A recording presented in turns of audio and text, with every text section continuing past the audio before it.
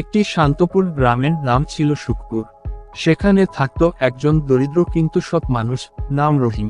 ছোট্ট একটি কুঁড়েঘরে স্ত্রী ও 2 সন্তানকে নিয়ে সে থাকত। পেশায় সে ছিল একজন কৃষক। প্রতিদিন ভোরবেলা সে মাঠে যেত, সূর্য ডোবার আগে বাড়ি ফিরত। জীবনের কষ্ট সে হাসিমুখে মেনে নিত।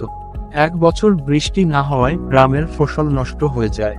মানুষ খাবার ও পানির জন্য হাহাকার করতে থাকে। সেই সময় রহিম তার সামান্য সঞ্চয় দিয়ে গ্রামের মানুষের জন্য খাবার ও পানি কিনে আনল। নিজের পরিবারের প্রয়োজন ভুলে গিয়ে সে সবার পাশে দাঁড়ালো। তার কাজ দেখে গ্রামের সবাই অবাক হয়ে যায়। তারা মিলে রহিমকে সাহায্য করে, তার জমি চাষে সাহায্য করে। ধীরে ধীরে গ্রামে আবার সুখ ফিরে আসে। রহিমের এই আত্মত্যাগ ও সহানুভূতি গ্রামের মানুষের হৃদয়ে চিরদিনের জন্য জায়গা করে নেয়।